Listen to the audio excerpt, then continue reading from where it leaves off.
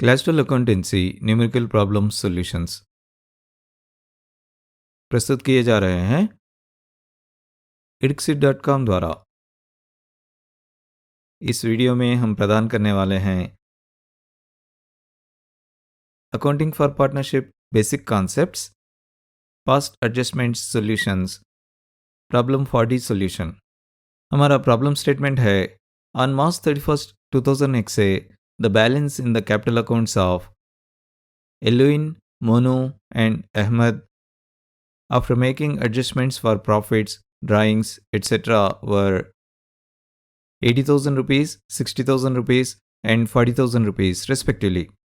31 मार्च 2001 को एलुइन, मोनू और अहमद के पूंजी खातों में शेष राशि लाभ, आहरण आदि के समायोजन के बाद क्रमशः 80,000 रुपये, 60,000 रुपये और 40,000 रुपये थे। Subsequently, it was discovered that interest on capital and interest on drawings had been omitted। बाद में ये पता चला कि पूंजी पर ब्याज और आहरण पर ब्याज को छोड़ दिया गया था। The partners were entitled to interest on capital at the rate of 5% per annum। साझेदार पूंजी पर 5% प्रतिवर्ष की दर से ब्याज पाने के हकदार थे।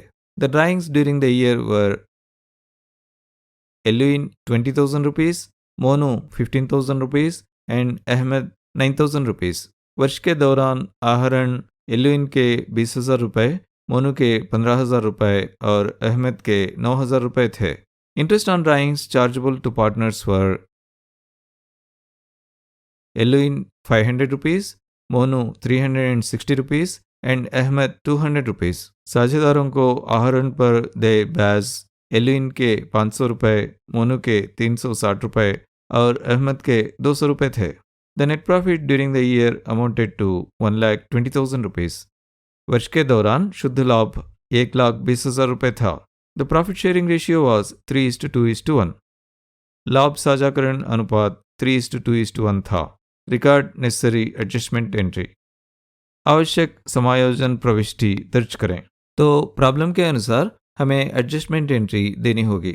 जैसा कि आप जानते हैं, हम एडजस्टमेंट एंट्रियां दो तरीकों से रिकॉर्ड कर सकते हैं। पहले मेथड में हम इसे profit and loss adjustment account के माध्यम से करते हैं। दूसरे मेथड में हम इसे सीधे पार्टनर्स कैपिटल अकाउंट में करते हैं। वैसे चूंकि इस प्रॉब्लम में कुछ भी निर्दिष्ट नहीं है, इसलिए हमें मानते हैं कि हम फ्लक्चुएटिंग कैपिटल मेथड का उपयोग करेंगे। अब प्रॉब्लम में ये दिया गया है कि कैपिटल पर इंटरेस्ट छोड़ दिया गया है, साथ ही ड्राइंग्स पर इंटरेस्ट भी छोड़ दिया गया है। इसलिए यदि हम पहले मेथड का पालन करते हैं तो हमें जर्नल में कई एंट्रियां करनी होंगी। अब चूंकि प्रॉब्लम में एक एडजस्टमेंट एंट्री देने के लिए स्पष्ट रूप से कहा गया है, इसका अप्रत्यक्ष अर्थ ये है कि हमें उस मेथड का उपयोग करना होगा जिसमें केवल एक ही एंट्री की आवश्यकता होती है। मैं दोहराता हूँ, ये कहने का एक और तरीका है कि हमें उस मेथड का उपयोग करना चाहिए जो केवल एक एंट्री के माध्यम से एडजस्टमेंट करती है। ये और कुछ नहीं बल्कि हमारा दूसरा मेथड है, जहां हम पिछले एडजस्टमेंट्स के नेट इफेक्ट को दर्शाने वाले स्टेटमेंट में सभी एडजस्टमेंट को रिकॉर्ड करते हैं और अंत में हम जर्नल में केवल एक जर्नल एंट्री रिकॉर्ड करते हैं। अब प्रॉब्लम में ये स्पष्ट है कि कुछ एंट्रियां छोड़ी गई हैं। पहली एंट्री जो छोड़ी गई है वो कैपिटल पर इंटरेस्ट की है। तो आइए पहले वर्किंग नोट्स में कैपिटल पर इंटरेस्ट की गणना करें। अब कैपिटल पर इंटरेस्ट की गणना करने के लिए हमें निम्न फॉर्मूला का उपयोग करते हैं। कैपिटल पर interest opening capital multiplied with interest rate upon 100 के बराबर होता है।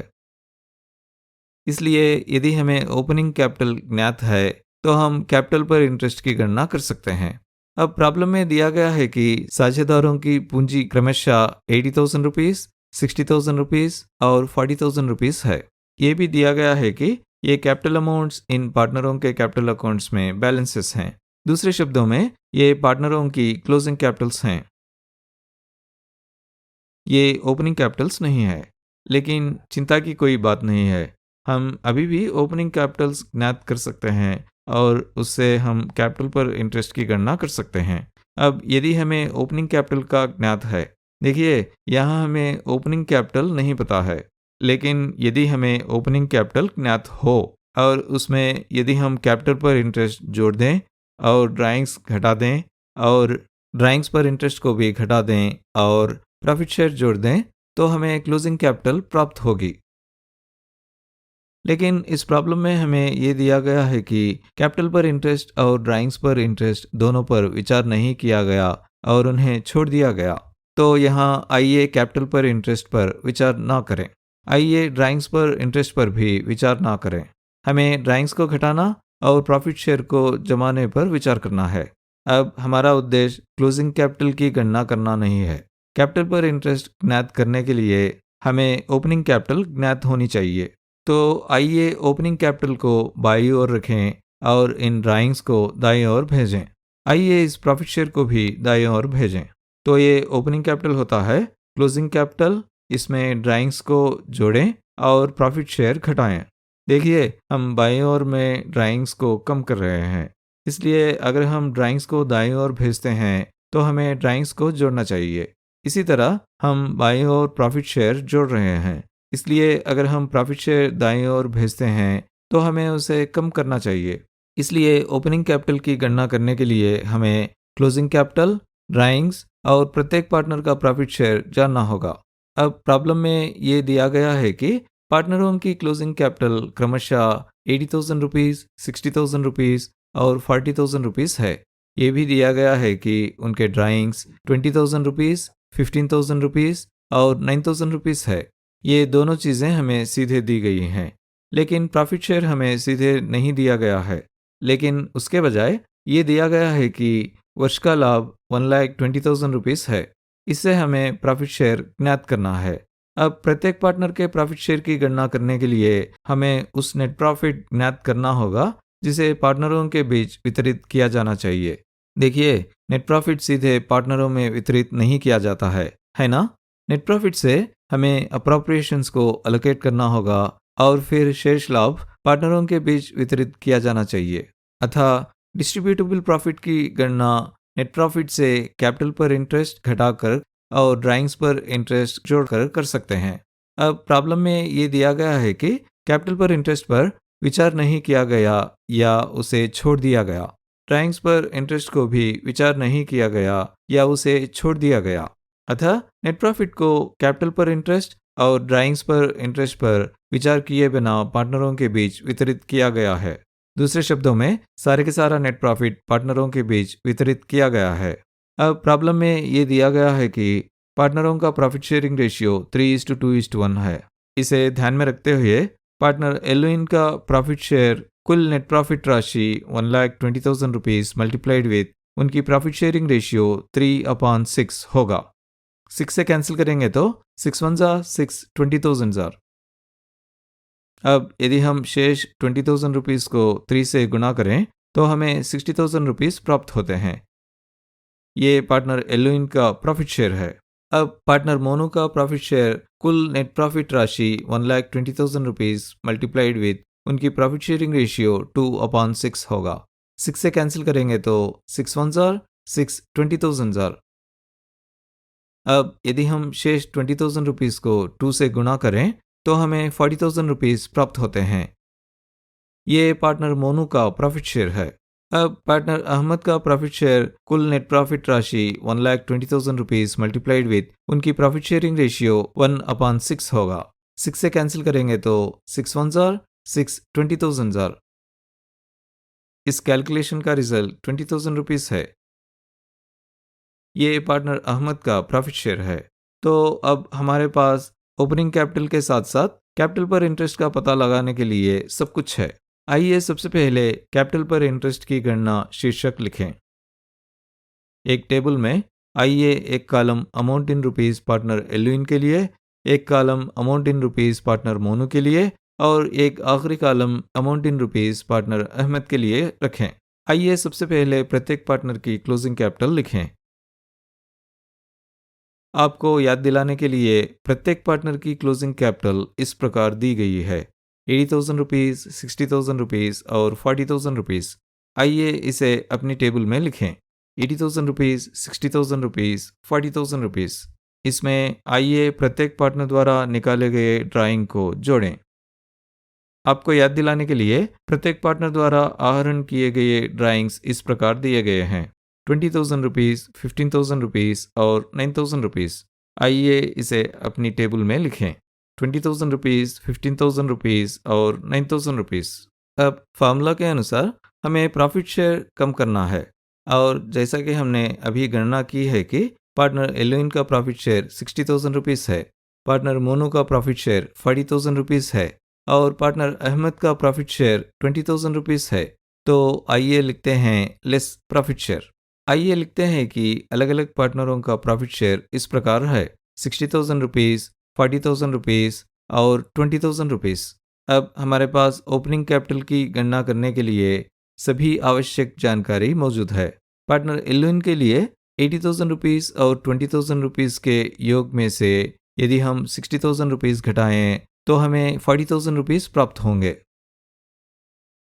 पार्टनर मोनू के लिए 60,000 रुपीज़ और 15,000 रुपीज़ के योग में से यदि हम 40,000 रुपीज़ घटाएं तो हमें 35,000 रुपीज़ प्राप्त होंगे। पार्टनर अहमद के लिए 40,000 रुपीज़ और 9,000 रुपीज़ के योग में से यदि हम 20,000 रुपीज़ घटाएं तो हमें 29,000 रुपीज़ प्राप्त होंगे। अब चूंकि हम ओपनिंग कैपिटल जानते हैं, अब हम कैपिटल पर इंटरेस्ट की गणना कर सकते हैं। आपको याद दिला दें कि कैपिटल पर इंटरेस्ट की गणना का फॉर्मूला इस प्रकार दिया गया है: कैपिटल पर interest is equal to opening capital multiplied with interest rate upon 100। साथ ही कैपिटल पर इंटरेस्ट 5% प्रतिवर्ष की दर से होता है। तो इस जानकारी के साथ आइए कैपिटल पर इंटरेस्ट की गणना करें। अब पार्टनर एलोइन के लिए कैपिटल पर इंटरेस्ट उसकी ओपनिंग कैपिटल राशि 40,000 रुपीज़ मल्टीप्लाइड विथ कैपिटल पर इंटरेस्ट का रेट 5/100 होगा। आइए 100 के दोनों जीरोस को 40,000 रुपीज़ के दो जीरोस के साथ कैंसिल करते हैं। अब यदि हम शेष 400 और 5 को गुणा करें तो हमें 2,000 रुपीज़ प्राप्त होंगे। ये पार्टनर एलोइन की कैपिटल पर इंटरेस्ट है। अब पार्टनर मोनू के लिए कैपिटल पर इंटरेस्ट उसकी opening capital 35,000 rupees multiplied with capital पर इंटरेस्ट का रेट 5/100 होगा। आइए 100 के दोनों जीरोस को 35,000 रुपीज़ के दो जीरोस के साथ कैंसिल करते हैं। अब यदि हम शेष 350 और 5 को गुणा करें तो हमें 1,750 रुपीज़ प्राप्त होते हैं। ये पार्टनर मोनू की कैपिटल पर इंटरेस्ट है। अब पार्टनर अहमद के लिए कैपिटल पर इंटरेस्ट उसकी opening capital 29,000 rupees multiplied with capital पर इंटरेस्ट का रेट 5/100 होगा। आइए 100 के दोनों जीरोस को 29,000 रुपीज़ के दो जीरोस के साथ कैंसिल करते हैं। अब यदि हम शेष 290 और 5 को गुणा करें तो हमें 1,450 रुपीज़ प्राप्त होते हैं। ये पार्टनर अहमद की कैपिटल पर इंटरेस्ट है। अब यहाँ पर कुछ देर के लिए रुकते हैं और सोचते हैं हमने ये सब क्यों किया। हमने ये सब इसलिए किया क्योंकि कैपिटल पर इंटरेस्ट छोड़ दिया गया था। इसलिए हमें एडजस्टमेंट एंट्री तैयार कर रहे हैं ताकि एडजस्टमेंट सीधे पार्टनर्स कैपिटल अकाउंट में रिकॉर्ड हो सके। अब चूंकि ये कैपिटल पर इंटरेस्ट है, इसलिए हमें इसे पार्टनर्स कैपिटल अकाउंट के क्रेडिट साइड में रिकॉर्ड करना चाहिए। तो आइए इसे पिछले एडजस्टमेंट्स पर विचार करने का नेट इफेक्ट दर्शाने वाले स्टेटमेंट में रिकॉर्ड करें। आइए details, amount in rupees partner Alwin के लिए, amount in rupees partner Monu के लिए, amount in rupees partner Ahmad के लिए और अंत में total amount in rupees column बनाएं। डिटेल्स कॉलम में आइए सबसे पहले वो राशि जो कैपिटल पर इंटरेस्ट के रूप में क्रेडिट की जानी चाहिए थी लिखें। ये वो राशि है जो क्रेडिट की जानी थी लेकिन क्रेडिट नहीं हुई। पार्टनर एलोइन के लिए ये 2,000 रुपीज़ क्रेडिट है। पार्टनर मोनू के लिए ये 1,750 रुपीज़ क्रेडिट है और पार्टनर अहमद के लिए ये 1,450 रुपीज़ क्रेडिट है। अब इन तीनों क्रेडिट्स का कुल योग 5,200 रुपीज़ क्रेडिट है। इसके साथ ही हमने कैपिटल पर इंटरेस्ट पर विचार पूरा कर लिया है जो पहले जमा नहीं किया गया था। अब जैसा कि प्रॉब्लम में बताया गया है, अगला आइटम जो छोड़ा गया है वो है ड्राइंग्स पर इंटरेस्ट, और हमें ड्राइंग्स पर इंटरेस्ट की गणना करने की आवश्यकता नहीं है। ये प्रॉब्लम में हमें सीधे इस प्रकार दिया गया है। पार्टनर एलोइन के लिए ये 500 रुपीज़ है, पार्टनर मोनू के लिए ये 360 रुपीस है और पार्टनर अहमद के लिए ये 200 रुपीस है।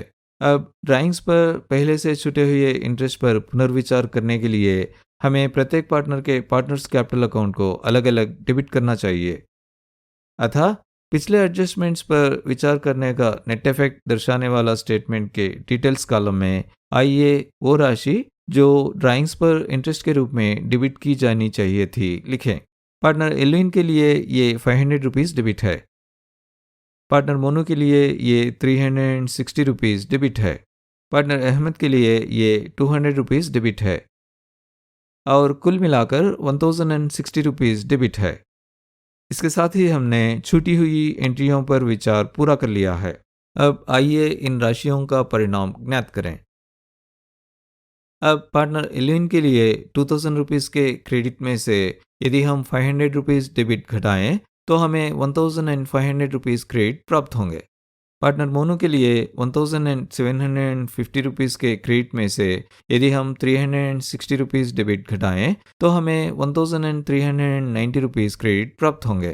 पार्टनर अहमद के लिए 1450 रुपीस के क्रेडिट में से यदि हम 200 रुपीस डेबिट घटाएं तो हमें 1250 रुपीस क्रेडिट प्राप्त होंगे। अब इन उपयोगों का योग 4140 रुपीस क्रेडिट है। देखिए यहाँ एक बात हमें समझानी चाहिए, कुल नेट प्रॉफिट में कोई बदलाव नहीं हुआ है। केवल बदलाव ये है कि इसे पार्टनर्स कैपिटल अकाउंट में किस रूप में जाना चाहिए।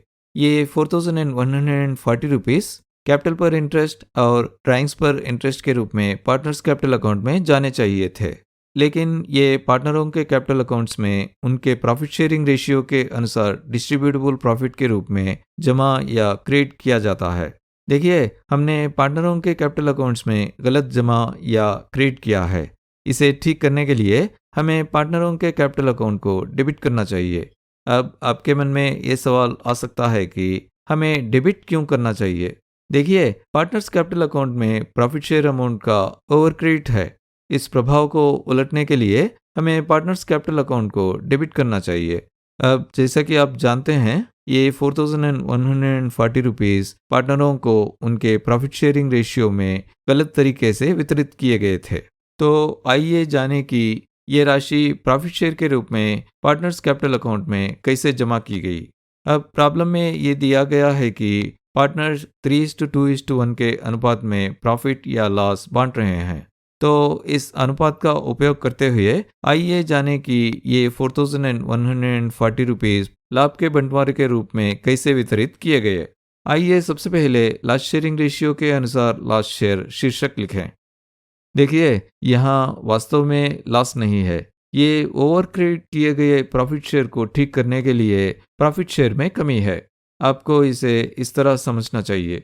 अब पार्टनर एलविन के लिए ये ओवर क्रेडिट किए गए कुल नेट प्रॉफिट जो 4140 रुपीस है मल्टीप्लाइड विथ उनके प्रॉफिट या लॉस शेयरिंग रेशियो 3/6 है। 6 से कैंसिल करेंगे तो 6 1 जार 6 690 जार।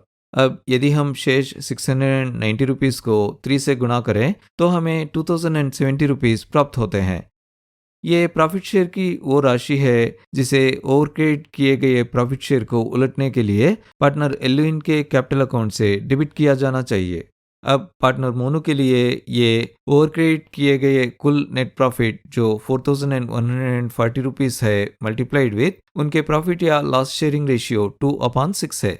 6 से कैंसिल करेंगे तो 6 1 जार 6 690 जार।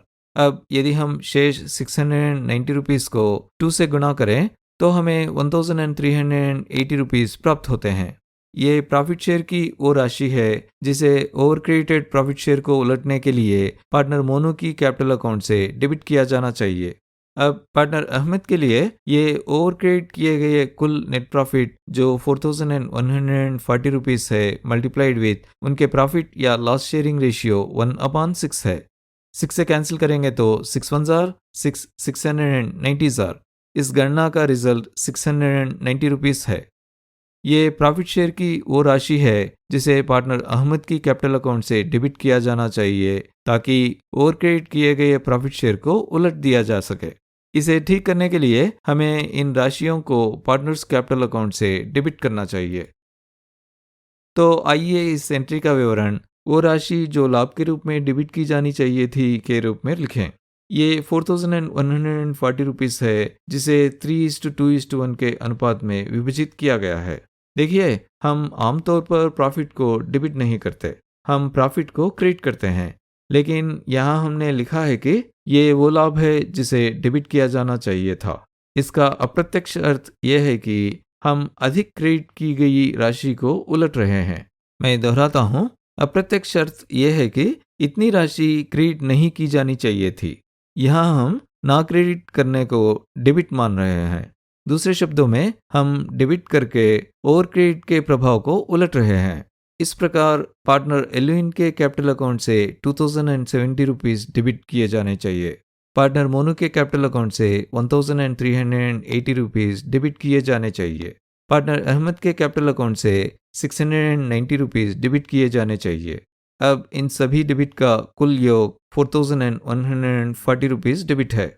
और अब अंत में आवश्यक एडजस्टमेंट की गणना की जाती है। ये ऊपर दिए गए आइटम 3 और आइटम 4 के बीच का अंतर है। अब पार्टनर एल्विन के लिए 1500 रुपीस क्रेडिट और 2070 रुपीस डेबिट के बीच का अंतर 570 रुपीस डेबिट है। देखिए, ये राशि डेबिट की गई है क्योंकि कुल मिलाकर इतनी अतिरिक्त राशि पार्टनर एल्विन के पार्टनर्स कैपिटल अकाउंट में पहले ही क्रेडिट कर दी गई थी। अब पार्टनर मोनू के लिए 1390 रुपीस क्रेडिट और 1380 रुपीस डेबिट के बीच का अंतर 10 रुपीस क्रेडिट है। देखिए, यहाँ राशि क्रेडिट की गई है क्योंकि कुल मिलाकर इतनी राशि कम थी और पार्टनर मोनू के पार्टनर्स कैपिटल अकाउंट में पहले क्रेडिट नहीं की गई थी। अब पार्टनर अहमद के लिए 1250 रुपीस क्रेडिट और 690 रुपीस डेबिट के बीच का अंतर 560 रुपीस क्रेडिट है। देखिए, ये राशि इसलिए क्रेडिट की गई है क्योंकि कुल मिलाकर इतनी राशि कम थी और पार्टनर अहमद के पार्टनर्स कैपिटल अकाउंट में पहले क्रेडिट नहीं की गई थी। अब इस टेबल को तैयार करने के बाद ये अंतिम आवश्यक एडजस्टमेंट एंट्रियां जर्नल में रिकॉर्ड की जाएंगी।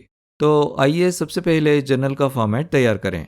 सबसे पहले पार्टनर एल्विन के कैपिटल अकाउंट को डेबिट एंट्री के रूप में लिखें। आइए ये दर्शाने के लिए कि ये एक डेबिट एंट्री है, डीआर टेक्स्ट भी लिखें। फिर डेबिट राशि वाले कॉलम में 570 रुपीस की डेबिट राशि लिखें।